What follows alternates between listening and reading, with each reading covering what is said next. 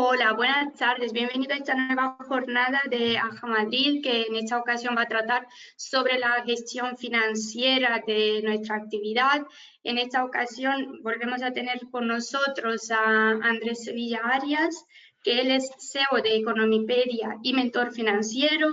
Ha trabajado durante varios años como asesor de inversiones de altos patrimonios en BBVA España, BBVA en Suiza, y además también es analista financiero, CFA y licenciado en Administración y Dirección de Empresas. Andrés, bienvenido y muchísimas gracias. Muchas gracias a ti, Irina, por la presentación.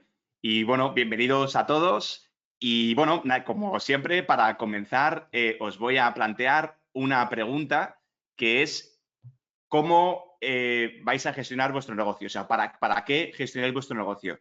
A ver, que he perdido la pantalla de la presentación y no la veo ahora.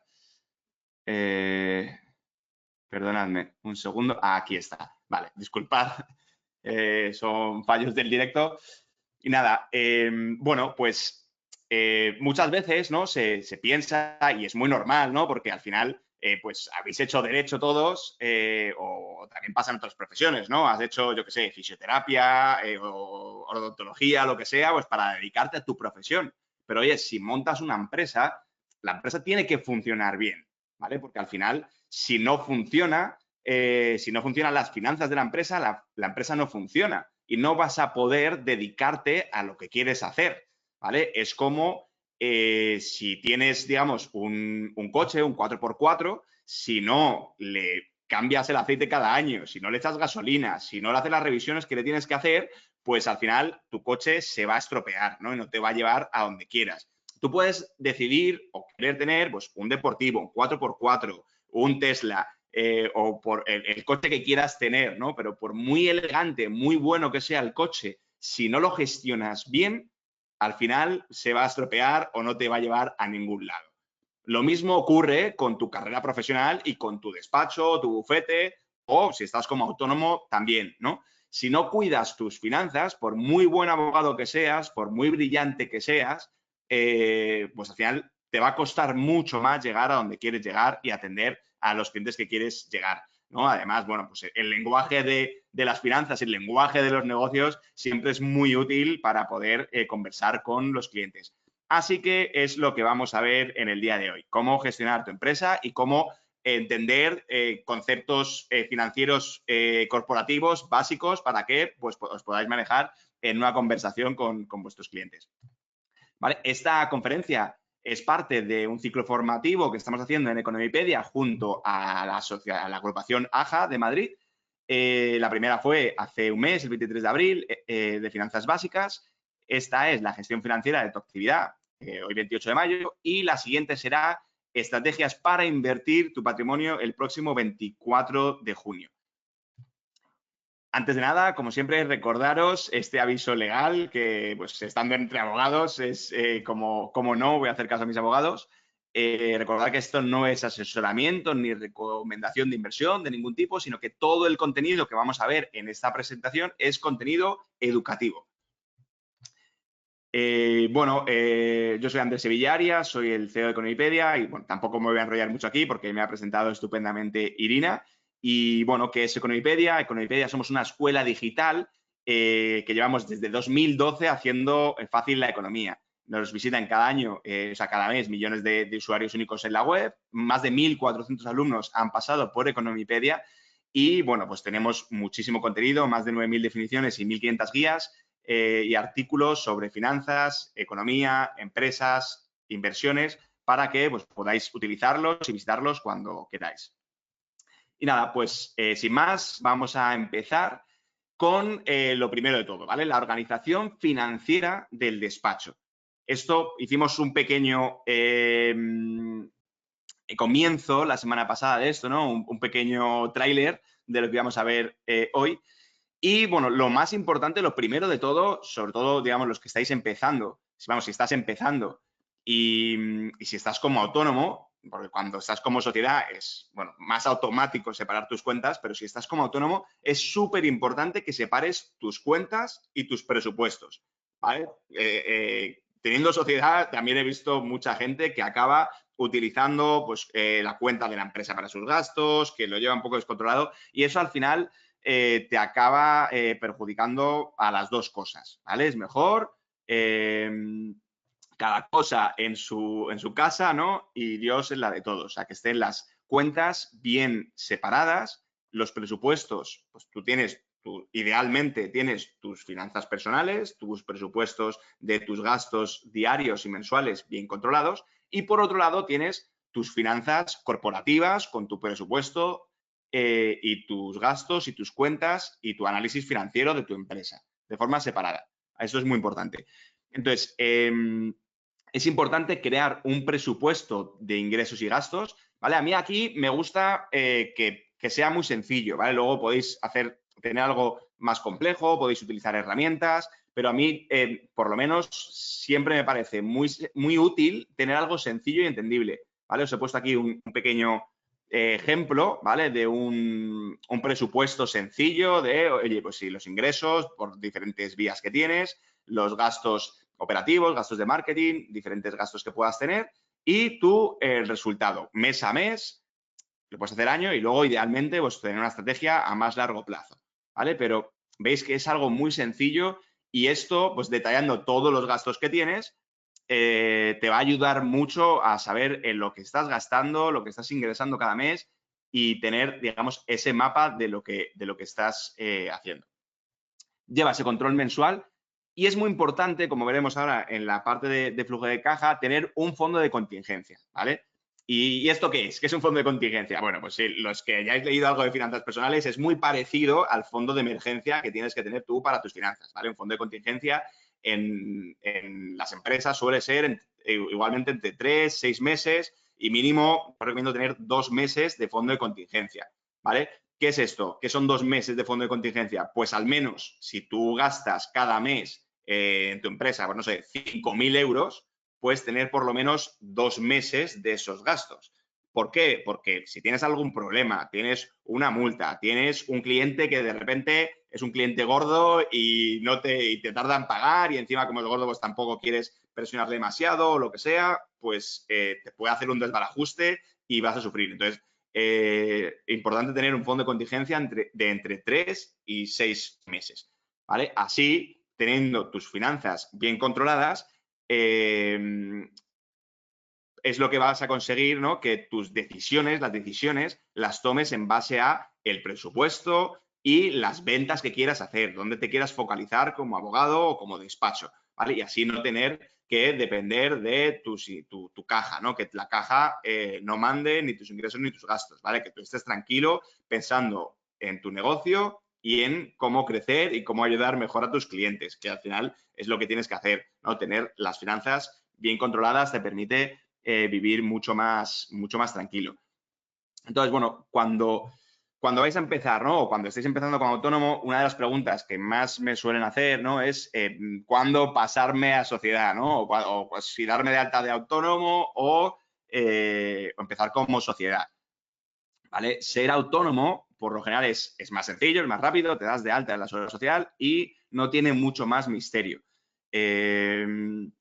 Pero claro, tiene la ventaja de que es rapidísimo, súper sencillo y eso es una ventaja muy importante, pero luego tiene, bueno, pues sus desventajas, ¿no? Que tienes más dificultad para conseguir financiación, quizá con algunos clientes más grandes, pues, bueno, puede darte apuro o puede parecer un poco menos profesional, que no tiene por qué serlo, pero bueno, pues a veces estas cosas pasan. Y el IRPF es el tuyo personal, ¿no? Que va desde, bueno, pues prácticamente el 0%, si no tenemos en cuenta la cotización a la seguridad social, y va hasta el 47%, aunque, bueno, eso es en Madrid, depende de vuestra comunidad autónoma. ¿Y cuándo empezar a plantear hacer una sociedad? Pues básicamente cuando financieramente no te empieza a salir a cuenta. A partir de 45.000 euros es cuando empiezas a entrar en el tramo donde más pagas, ¿no? Que es hasta el 47%. Entonces, a partir de 50.000 a 60.000 euros de ingreso anual, o si tienes 2 empleados, empezaría a plantearme y hacer números seriamente, ¿vale? Porque, bueno, pues te va a compensar más. Eso sí, tienes que hacer números porque pues, te suponen más carga burocrática, pero tiene sus ventajas, ¿no? Tienes una mayor profesionalización, te permite crecer, te permite tener una protección de tus activos personales, ya que pues, al final es una persona jurídica diferente la que está actuando, ¿no? Cuando actúas como sociedad. Y luego, bueno, pues a la hora de tener empleados, pues suele ser más fácil gestionarlo, aunque puedes también tener empleados como autónomo, pues como sociedad pues es más fácil, ¿no? Y los impuestos, vas a tener un 25% de impuestos a sociedades al inicio. En España, importante, si vais a montar una sociedad, los 2 primeros años que dais beneficio, pagáis un 15%, ¿vale? En vez de un 25%. Entonces, ¿qué te interesa? Pues, oye, te interesa alargar el año, o sea, que tardes más en dar beneficio mientras puedas, ¿no? Si el primer año, pues, ingresas un poquito y vas a estar más o menos justo, ingresos más, pues mete un poco de dinero y consigue dar pérdidas, si puedes, si tiene sentido, ¿no? Financieramente. Porque así, bueno, pues los años en que empieces a dar más beneficio, pues vas a pagar un 15%, ¿vale? Porque pagas el beneficio, los 2 primeros años pagas un 15%, a partir del primero que das beneficio. Entonces, por eso, si el primer año das un beneficio de, no sé, 1.000 euros o 2.000 euros y pagas el 15%, pues si el año que viene pues das un beneficio de 10.000, pues está bien, pero el año que viene a lo mejor das 20.000, pues es una pena porque ese ya vas a pagar un 25%. Entonces, a lo mejor el que das 1.000 euros te compensa hacer alguna inversión que tenga sentido, por supuesto, pero que te haga entrar en pérdidas contables, que des menos 1.000 euros, des una pérdida, para que así no te cuente como el primer año de beneficio. Y si el año siguiente ya tienes 10.000 de beneficio, pues oye, ya sí, así ese año pagas un 15% y el siguiente también, ¿vale? Esto es algo importante tener en cuenta cuando vas a montar la sociedad. Y luego, bueno, pues en el impuesto además del impuesto de sociedades, si te repartes dividendos de los beneficios, pues el impuesto está entre un 19 y 27%. Luego también puedes ponerte un salario que es lo más adecuado, ¿no? Que tú, digamos, de tu sociedad serás lo normal, si montas tú el despacho solo, vas a ser autónomo societario, ¿vale? Con un régimen especial, o pues si lo montáis entre varios, pues ya podéis tener una nómina cada uno. Bueno, y visto la estructura legal, vamos a ver la estructura contable. Vamos a dar un par de pinceladas. Lo he puesto todo en una presentación, ¿vale? Para que sea bastante sencillo de entender. Estas son las dos cuentas o estados financieros más importantes de la contabilidad, que es el balance de situación o balance general y la cuenta de resultados, ¿vale? Las dos son pues, una foto finish, ¿no? Normalmente que se suele hacer a final de año. Tú puedes ir viendo cómo vas en cada una, pero normalmente se presentan anualmente, vamos, se suelen presentar, ¿no? O sea, estás obligado, ¿no? A presentar las cuentas anuales como sociedad y estos son digamos, las dos cuentas más importantes. El balance de situación. ¿Cómo se compone? ¿Vale? Hay, digamos, dos masas patrimoniales principales, que es, digamos, cómo se compone la contabilidad de una empresa. Esto, digamos, tiene un criterio que es el que se conoce como criterio de partida doble, ¿vale? Es decir, si tú compras es decir, si tú imagínate que pides un préstamo pues, para comprar una furgoneta para repartir cosas, que bueno, en nuestro caso no va a ser eso, o yo qué sé, o pides o financias un ordenador, pues vas a tener un pasivo porque tú debes ese ordenador y luego en el activo tú tienes un ordenador, ¿vale? Vas a tener el mismo importe, ¿vale? Esto es algo que, bueno, pues, se inventó en Italia, esto de la partida doble hace casi 500 años y se sigue utilizando porque es muy útil, ¿no? Para tener bien controlados tus finanzas.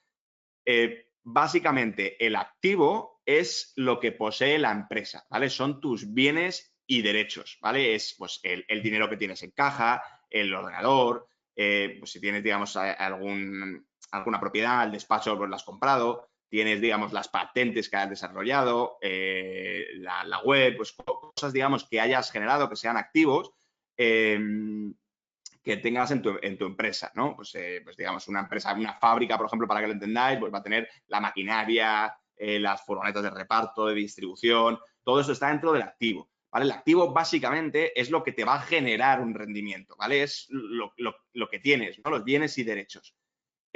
Como decía Kiyosaki, no sé si alguna habéis leído el libro de Padre Rico, Padre Pobre, en finanzas personales, es lo que va a poner dinero en tu bolsillo, ¿vale? Es lo que va a hacer que consigas generar rendimientos, ¿vale? En finanzas personales. En finanzas corporativas, al final, y más en vuestro caso como abogados, sois vosotros, pero tenéis, digamos, el activo es lo que poseéis, lo que posee la empresa, ¿vale? Es lo que la empresa es dueña.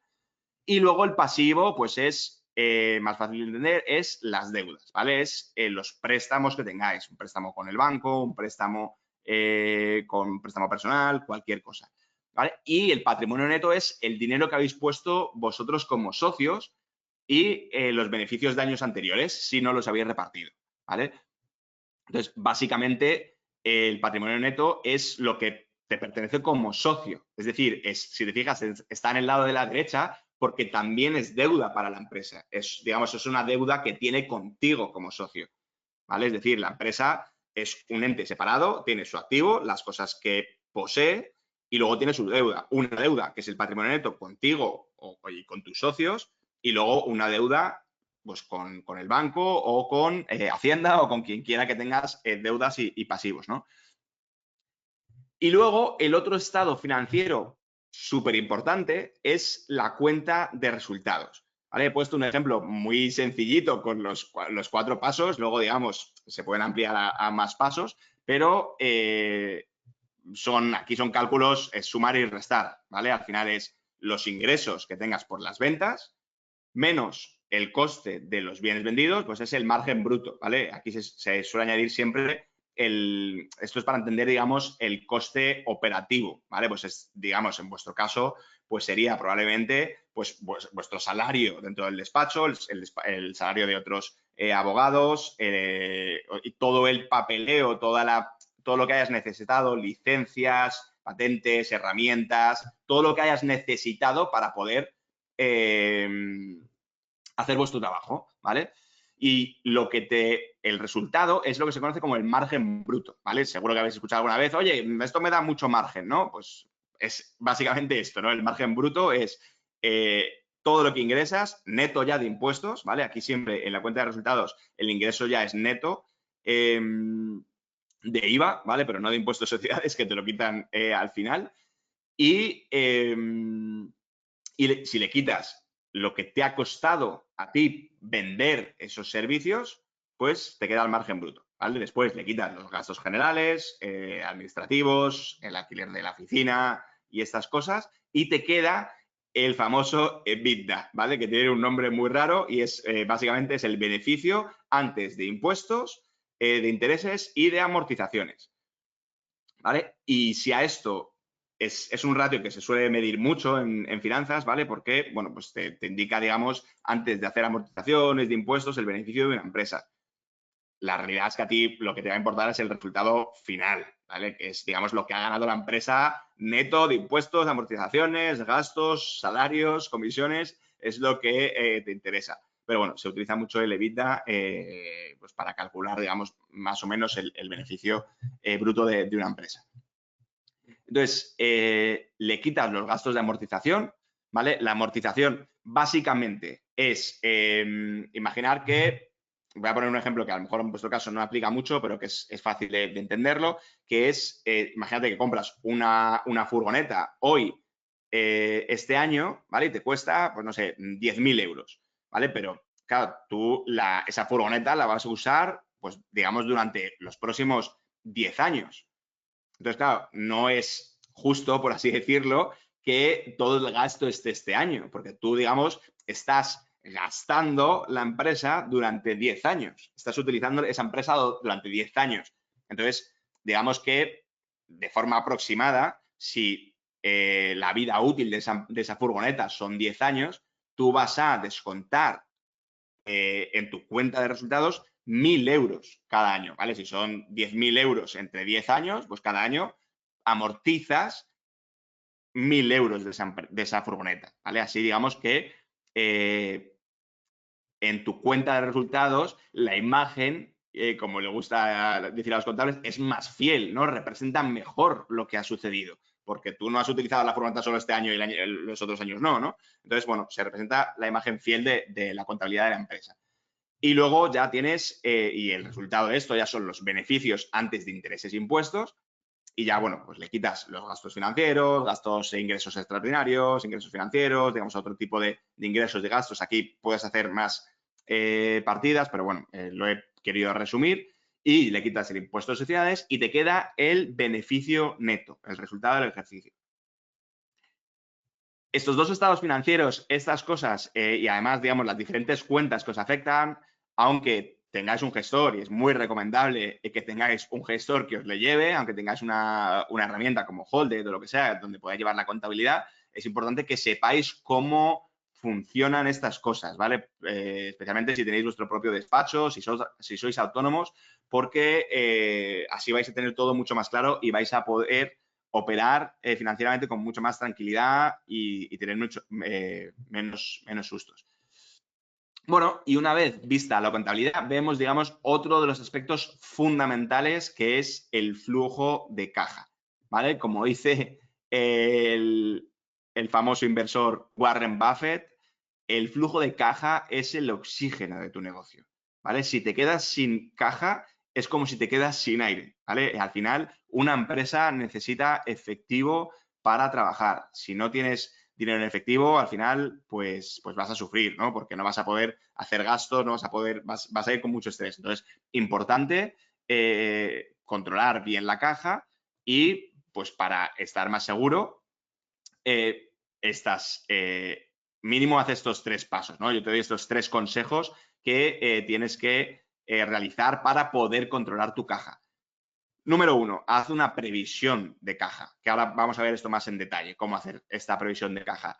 Segundo, ten un fondo de contingencia, que es lo que explicaba al principio, ¿no? Tener en la caja, ¿no? En la cuenta del banco tienes, pues oye, si gastas 5.000 euros cada mes, pues tienes al menos 15.000 euros, ¿no? Tienes 3 veces los gastos que vas a tener los próximos 3 meses, ¿no? Esto te va a permitir vivir con mucha más tranquilidad.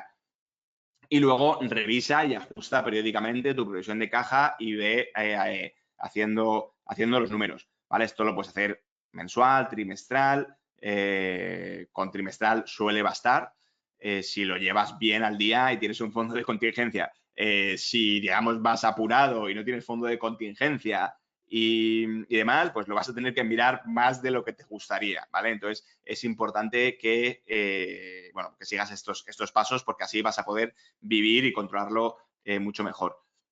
Entonces, bueno, vamos a ver cómo llevar una previsión del flujo de caja. ¿Vale? Hay herramientas como Holded, Orama, está muy bien también, Sage, que te van a ayudar a llevar este flujo de caja, ¿vale?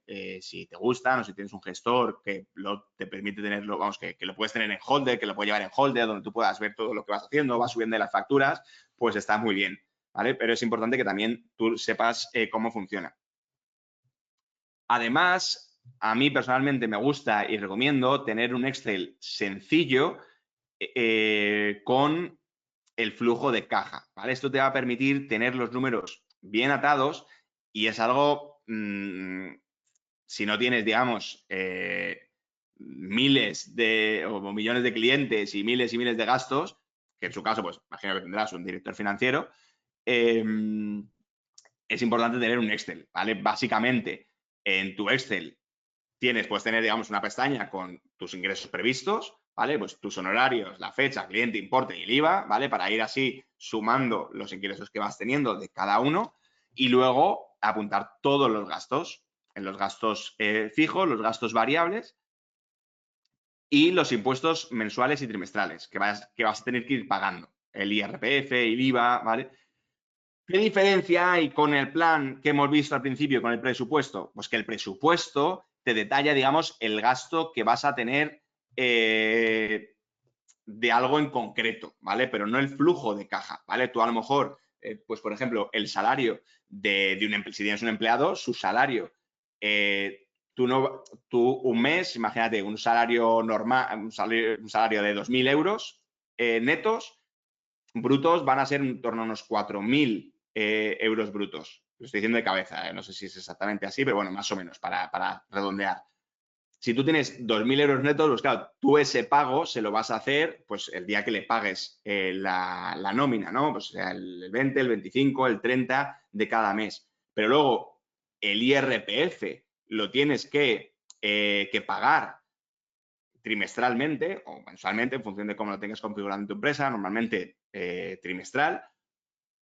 Y luego la seguridad social la pagas a final de cada mes, pagas el mes anterior, ¿no? Entonces, bueno, pero tú el gasto total, tú cada un mes has tenido un gasto completo, que es lo que tienes que poner en tu plan de negocio. El gasto total, ¿no? El neto, más los impuestos, más la seguridad social y todos los gastos que te conlleve ese empleado.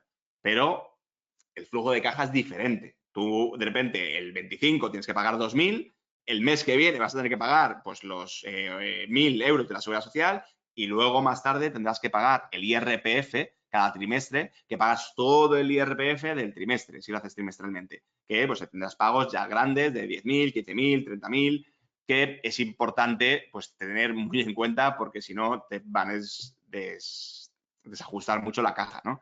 Entonces, bueno, por eso es importante tener un flujo de caja bien organizado y separado del plan de negocio.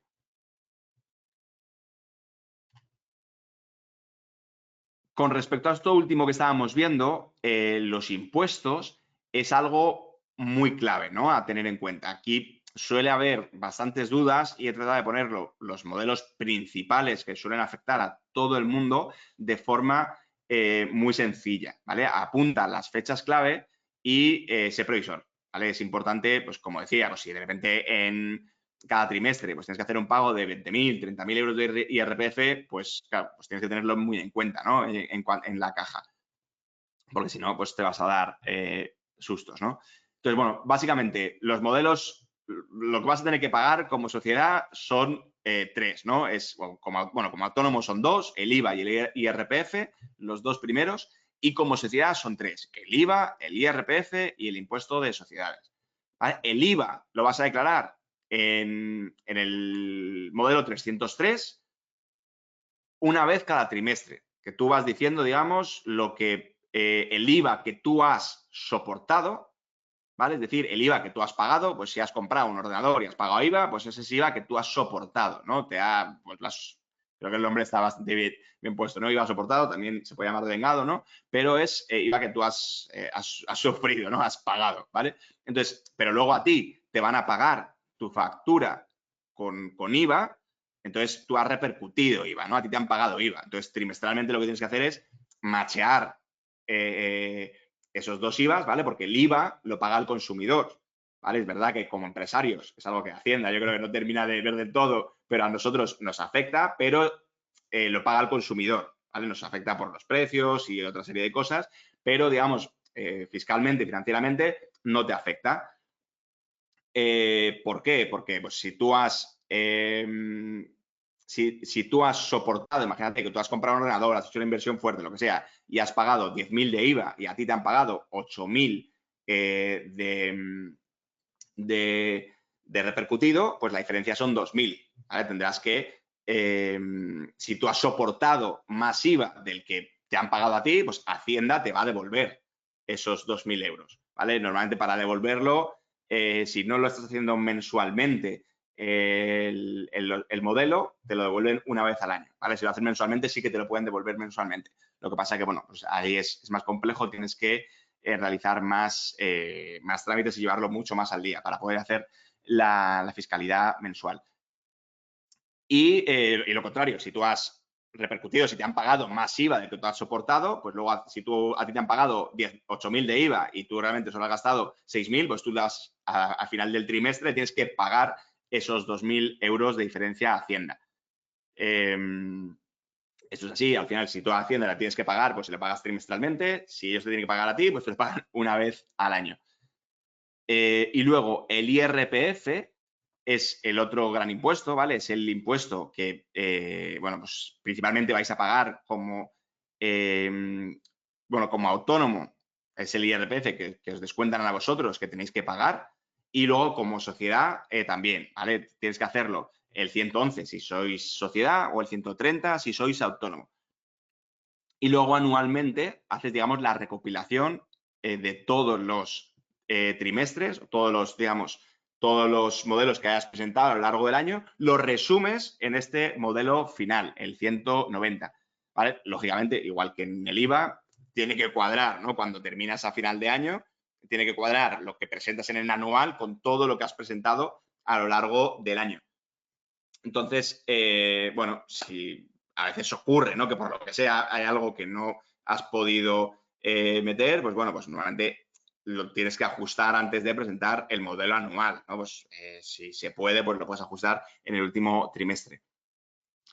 Y luego, como sociedad, tienes que presentar el modelo 200 y tienes que pagar el impuesto de sociedades, ¿vale? Que son los impuestos que tienes que pagar una vez al año si has tenido beneficio, ¿vale? Tienes que presentarlo antes del 30 de junio del año siguiente, ¿vale? Los otros dos modelos, que no lo había dicho, tienes que presentarlos el día 20 del mes después del trimestre, ¿vale? Es decir, si el último trimestre, ¿no? Termina el 31 de diciembre, pues tienes hasta el 20 de enero para presentarlos. Justo en algún modelo, el primer del año, ¿no? El cierre de año te dan unos días más, pero suelen ser, en el resto del trimestre, son 20 días. ¿Vale? Aquí es importante que tengáis, vamos, un gestor que os ayude, porque, bueno, pues al final vosotros os tenéis que centrar en vuestro negocio, pero sí que es importante que sepáis por lo menos esto, que sepáis los modelos que tenéis que presentar para tener, digamos, estos conceptos básicos para que no suene a chino cuando os esté diciendo el modelo del IVA, del IRPF, del impuesto de sociedades. Hay un modelo, ¿vale? Que es el de la declaración de la renta, que es el que todos tenemos que hacer todos los años, ¿no? Al final, estos son otro tipo de modelos, ¿vale? La declaración de la renta es el más famoso, pero, bueno, pues estos, digamos, son los segundos más famosos, ¿no? Los modelos del IVA, del IRPF y de impuesto de sociedades. Y por último, es importante, esto ya no solo es financiero, sino que es estrategia empresarial, tener, digamos, un control y una visión de largo plazo.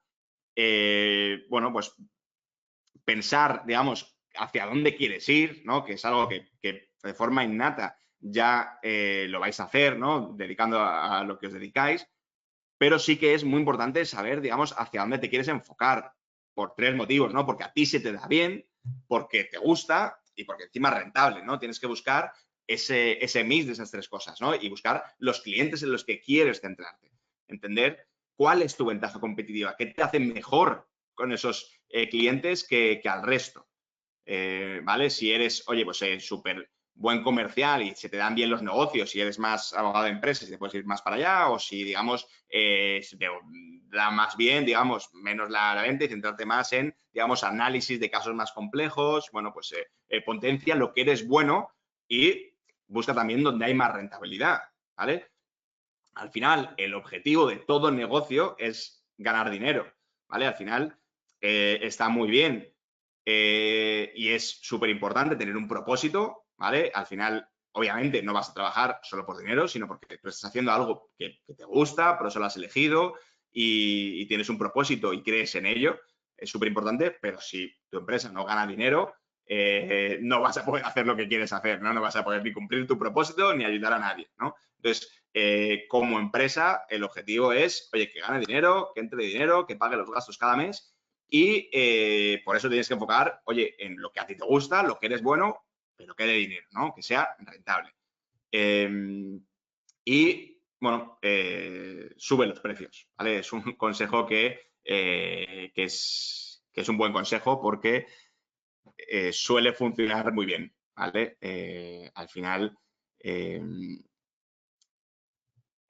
cuando empiezas sueles tener más miedo, ¿no? A tener un precio más elevado, pero porque estás pensando desde tu perspectiva, ¿vale? No desde la perspectiva del cliente. Siempre trata de ponerte en la perspectiva de tu cliente de cuánto está dispuesto a pagar, ¿vale? Delega todos los gastos donde veas que no aportas valor, donde no puedes controlarlo, pues un poco lo que estábamos viendo, ¿no? Pues no te vas a dedicar a hacer tú los modelos contables, quizá cuando estás empezando y por entender cómo funcionan, te puede venir incluso bien que sepas cómo hacerlo, pero oye, pues ahí no aportas valor, ¿no? Contrata a un gestor que te lo lleve y ya está, ¿no? Pagas donde no aportes valor. Es importante que al final, como abogado empresario, pues cosas, ¿vale? Porque eso te va a permitir poder gestionar todo de una manera mucho más eficiente. Haz un plan de negocio que te ayude a ver por dónde vas, ¿vale? Igual que tienes un plan de negocio muy sencillo, un plan financiero, como hemos visto al principio, mes a mes, de lo que vas a ir gastando, haz un plan de negocio a largo plazo, a 3, 5 años, para saber hacia dónde quieres ir, un poco tus objetivos de largo plazo, qué es lo que quieres hacer, hacia dónde te quieres enfocar. Siéntate a pensarlo, ¿vale? Esto es importante. Esto es como todo, ¿vale? Ni tanto ni tan calvo, ¿no? Hay gente que se dedica horas y días y está metido en el Excel y vale, y cuando llegue aquí haré esto y luego haré esto y demás. Y lo que dice, ¿no? El Excel lo aguanta todo, puedes hacer unos números de que vas a crecer un 80% cada año, pero bueno, luego la realidad es la que es. Entonces, tampoco te obsesiones con el Excel, con un plan financiero que esté hiper detallado, pero sí que, oye, pues párate a pensar hacia dónde quieres ir, qué es lo que quieres hacer, dónde puedes potenciar y plásmalo en números, ¿vale? Plasma la idea, plasma a ver cómo lo vas a conseguir, ¿vale? Es importante que aquello que quieres conseguir lo detalles lo menciones, lo hagas, lo bajes a tierra, lo bajes a números para poder hacerlo real, ¿vale? Para poder convertirlo en realidad. Y luego, súper importante, invertir en ventas, marketing, tecnología y formación, ¿vale? Ventas, normalmente si sois abogado o tenéis un pequeño despacho, el socio principal es el que mejor va a saber vender vuestro producto, ¿vale? O sea, tú mismo eres el que tienes que vender.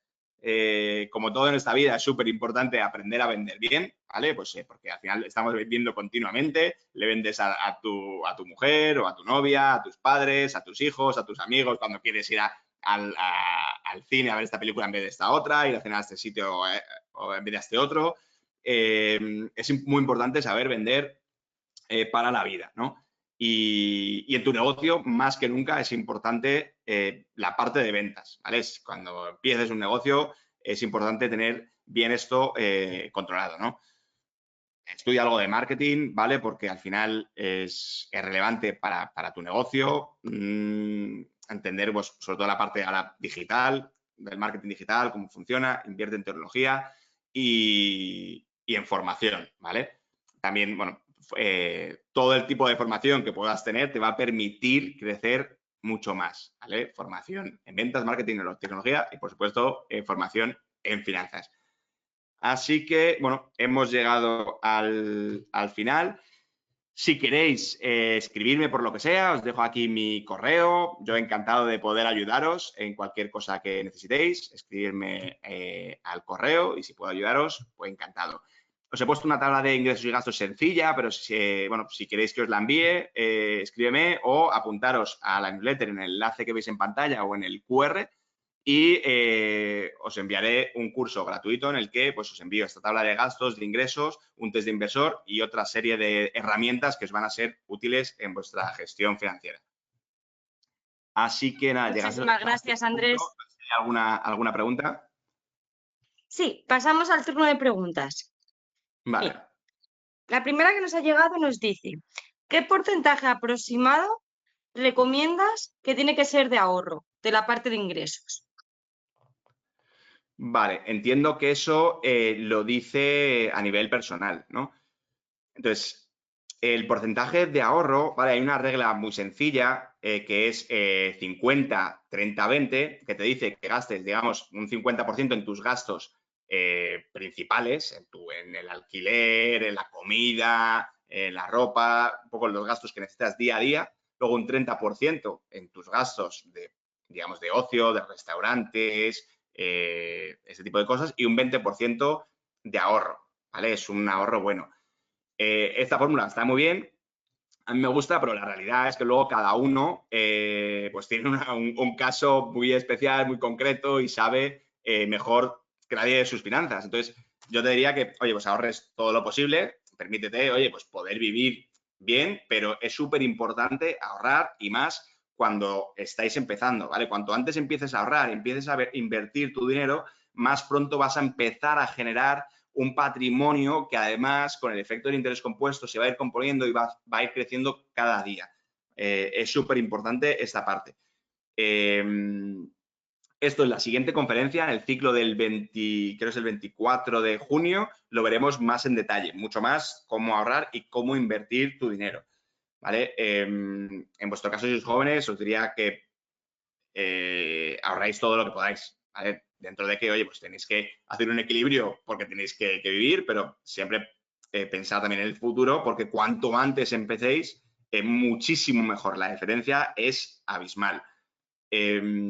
Cuando ya eres un poco más mayor, ya tienes, digamos, 40, 50 o estás planificando la jubilación, aquí el ahorro, nosotros lo que hacemos, yo lo que pues les ayuda a mis alumnos, ya no es calcular, digamos, lo que puedes o en base a fórmulas, sino es directamente, oye, ¿qué es lo que quieres hacer? Si tú te quieres comprar esta casa dentro de 5 años, te quieres jubilar y tener tanto, quieres enviar a tus hijos a tanto, hacemos un plan financiero para ver cómo vas a conseguir todo eso y en base a eso saber cuánto tienes que ahorrar ahora. ¿Vale? Entonces, bueno, a mí es algo que me gusta ver porque dices, oye, si quiero conseguir todo esto, ¿cuánto tengo que ahorrar? ¿Vale? Ahora, siendo jóvenes, yo os diría que un 20% de ahorro es un número que está bastante bien. Si puedes ahorrar más, pues oye, pues mucho mejor. Muchas gracias.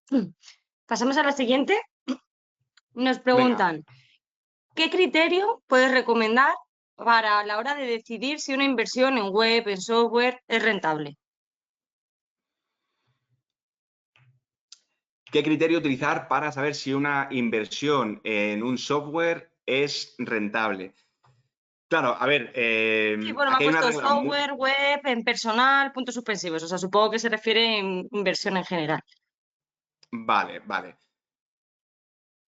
A ver, hay una regla bastante sencilla que es la regla del presupuesto que, digamos, de tu coste por hora, ¿no? Tú al final, y siendo abogado, soléis tener, digamos, aproximadamente en mente un coste por hora, pues, no sé, 50, 60, 70, ponte un coste incluso un poco más alto, ¿vale? Y si te va a llevar más, o te va a costar más hacerlo tú en base a ese coste que lo que te cuesta esa herramienta, esa gestión o lo que sea, pues delégalo, ¿vale? Si te va a ahorrar a ti trabajo, que tu trabajo está mejor pagado porque al final tienes una empresa que se dedica a ese trabajo, ¿no? De asesoramiento legal. Entonces, dedicarle tú a algo que te está aportando menos valor, pues digamos, es la forma que te va a ayudar a verlo. ¿Vale? Entonces, esto lo puedes aplicar pues para prácticamente cualquier cosa, ¿no? Vale, muchas gracias. Pasemos con la pregunta de Miguel. Miguel, lo primero, decir que muchas gracias, que le ha gustado mucho la ponencia. Y Muchas nos gracias, comenta Miguel. que él tiene un despacho pequeño. Y la pregunta que quiero hacerte es que qué herramienta le recomiendas para controlar sus ingresos y gastos, partiendo de que tiene un despacho pequeño. Vale, para controlar los ingresos y los gastos. A mí, personalmente, te diría de la herramienta de Excel, Microsoft Excel o Google Sheets, me parece, digamos, la herramienta mejor para tener un control sencillo, ¿vale? Porque tú ves los números, los tecleas, los editas. O sea, Excel os recomiendo encarecidamente que lo manejéis. No hace falta que sepas hacer fórmulas complejas, que sepas hacer macros, que sepas hacer cosas demasiado enrevesadas, pero al final llevar unos ingresos que es sumar, restar, multiplicar, dividir, no mucho más, como en el Excel que os he enseñado, es bastante sencillo, es poner en columnas lo que tienes que hacer y además eso te va a permitir verlo todo en fila, ¿vale? A mí, o sea, Excel me parece una herramienta y yo he utilizado un montón de herramientas a lo largo de muchos años y al final como Excel es, digamos, es como el papel, ¿vale? Como lo que dirían, digamos, los mayores, no, es que como el papel no hay nada. Pues Excel al final es como el papel, pero mucho mejor porque es una calculadora en papel, ¿no? O sea, es súper potente y es súper útil para calcular tus ingresos y tus gastos. ¿vale? Luego hay otras herramientas, como por ejemplo Holded, es muy buena herramienta, ¿vale? Para llevar tus ingresos, tus gastos, te permite hacer una gestión de tesorería, tienen también puedes presentar los impuestos desde ahí, puedes llevar la contabilidad, luego tienes Sage, Orama, hay varias herramientas que te pueden ser útiles. Pero desde luego, yo, aunque tengas otra herramienta, te aconsejo llevarlo también en Excel, ¿vale? Porque al final siempre es bueno que, aunque tú tengas, digamos, una gestora y un Holded donde lo estás viendo todo, o si lo estás haciendo tú en Holded, por ejemplo, tenerlo contrastado en Excel, que te vaya cuadrando, que tú lo puedas ver mes a mes, que tú puedas ir viendo los números en detalle, te va a hacer que sea mucho más fácil porque es, digamos, lo que no te va a engañar y lo que vas a poder detectar rápido, la suma, sumo esto, resto y demás, y tienes la fórmula de qué estás sumando, de qué estás restando. O sea, lo vas a ver de forma muy fácil. Yo es lo que más recomiendo. Muchas gracias. Lucía nos ha hecho una pregunta un poco parecida a la anterior y ya lo que nos dice es que para mejorar su eficiencia, ¿cómo sabe en qué invierte? ¿Si en formación o en tecnología? Partiendo del auge que tiene la tecnología hoy en día. O sea, ¿en qué invertir? ¿En formación o en tecnología? Es Sí, la ella pregunta, ¿no? menciona que es para mejorar su eficiencia, pero ella no, como que no sabe, entiendo que no sabe cómo saber en qué invertir. Claro, a ver, es que es algo bastante amplio, depende mucho de qué te vas a formar y en qué tecnología vas a invertir, ¿vale? Al final, pues, por ejemplo, tener, digamos, una herramienta, no sé, que te quita no sé de vuestro caso específico, ¿no? Pero a lo mejor tienes una herramienta que te ayuda a presentar recursos administrativos mucho más rápido y te va a quitar una barbaridad de tiempo. Oye, pues si es una tecnología que te ahorra muchísimo tiempo, pues va a ser muy potente. Pero bueno, yo creo que formarse es también muy importante, ¿no? Entonces, hay que buscar ese equilibrio. Yo intentaría hacer las dos. Bueno, pues ir viendo, digamos, aquí es lo que tienes que ver, ¿no? ¿Qué es más prioritario? ¿Vale? En función de qué es lo que necesitas hacer.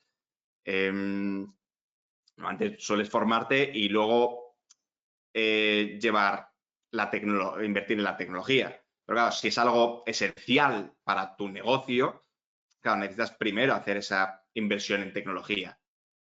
¿Vale? De ahí, digamos, yo miraría de forma prioritaria cuáles son las tecnologías esenciales que necesitas tener, ¿vale? Cuáles son tus prioridades, es decir, oye, estos son los básicos de tecnología que tengo que tener. Pues no sé, esa herramienta para presentar recursos, la web, el no sé qué, que sepas lo que es básico de tecnología, que puedas invertir en ello, y luego la formación, y luego pues la tecnología, digamos, más orientada a crecimiento, ¿vale? Depende también en la etapa en la que estés de la empresa, ¿no? Así que Vale, bueno, muchas espero haberte ayudado. gracias. Es una pregunta un poco complicada y depende mucho del caso y en cuestión, ¿no? De qué tecnología, qué formación, pues hay que valorarlo un poco en función de cada uno. Mira, justo nos dice también Lucía, la misma persona que ha hecho la pregunta, que si sería una rentabilidad a medio plazo la que obtendría con 100%, esta o sea, inversión. sí, 100%. O sea, tanto la tecnología como la formación es rentabilidad a medio y largo plazo. O sea, sin ninguna duda. La tecnología te va a ahorrar muchísimo tiempo. Es como, por poner un ejemplo muy sencillo, ¿no? Pues si tienes un ordenador que va súper lento, que tienes que estar para pulsar la tecla cada 2x3, esperando 10 segundos, hay que no carga, que tal y que cual, a que tienes un ordenador que vuela, que va súper rápido, ¡pum!, que haces todo súper rápido. Y esto es un ejemplo un poco tonto, ¿no? De tecnología, ¿no? Hay cosas, digamos, de tecnologías, digamos, en vuestro caso, de herramientas y demás que os van a poder ayudar mucho más, ¿no? O sea, que es algo bastante relevante y que a largo plazo, o sea, eso incluso a corto plazo te va a ahorrar tiempo y a largo plazo vas a poder vivir más tranquila ahora, por lo que vas a poder pensar más a futuro en la visión, en dónde te quieres desarrollar a futuro, dónde, pues, lo que veíamos, ¿no? Si tú ese tiempo, en vez de dedicarlo a, pues, teclear y hacer, digamos, cosas que te la puede hacer la tecnología, tú puedes dedicar a estar más tranquila, a tener más energía para pensar más a largo plazo, ¿no? Para pararte y pensar en tu visión.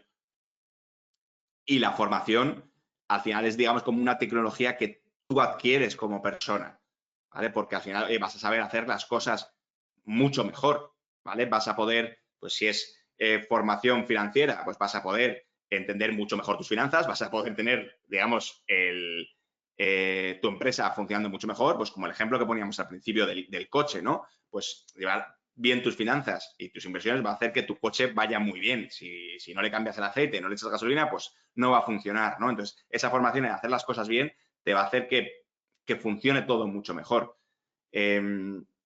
O formación en ventas, por ejemplo, pues te va a hacer que puedas vender mucho más a largo plazo, ¿no? O sea, la formación es algo, entiendo que, me imagino que estás empezando, ¿no? Has salido de la carrera hace relativamente poco y a todos nos pasa, ¿no? Cuando sales de la carrera es como, bien, ya he terminado de estudiar, ¿no? Pues no, lo siento, pero de estudiar no se termina nunca, ¿no? Y es también lo bonito de la vida, ¿no? Que hay que ir adaptándose a las nuevas situaciones, tienes que ir viendo qué cosas te van a ir ayudando en el camino. Pero bueno, la buena noticia es que ya no vas a tener que estudiar cosas que pues no te atraen, ¿no? Que a veces, pues yo qué sé, en el colegio, en el bachillerato, en la carrera, las cosas que, oye, pues ni te van ni te vienen, aparentemente, sino que ahora, oye, vas a estudiar cosas que realmente te van a afectar a ti mucho, ¿no? Y te van a recompensar. Entonces, las vas a estudiar, digamos, con más alegría o bien porque son formaciones específicas de lo que tú estás estudiando, de los clientes a los que tú estás ayudando, estás especializándote en algo y eso, pues, normalmente te suele gustar, o pues formación en ventas o finanzas que te va a ayudar con tu negocio y con tu vida. Muchas gracias, Andrés. Pasamos a la última pregunta. Vale. Y la última pregunta es la siguiente. ¿Cómo influye la forma jurídica elegida en el acceso a la financiación? Vale, pues muy buena pregunta. Al final, normalmente como sociedad, al final tienes unas cuentas anuales, tienes, digamos, un histórico, tienes, digamos, una serie, digamos, de documentos que puedes demostrar y que te suele permitir poder justificarlo mejor. No tiene por qué, ¿vale? O sea, es algo que suele ser más fácil, pero, oye, si tú tienes, digamos, un buen track record como autónomo, también te pueden dar una buena financiación, ¿vale? Esto al final depende mucho del caso. Oye, si eres un autónomo que ingresas 1 millón de euros al mes y tienes unos gastos pequeños, te van a dar toda la financiación que quieras, ¿vale? Ya sabes cómo funcionan los bancos. Si tú no necesitas el dinero, te van a dar mucho dinero, ¿no?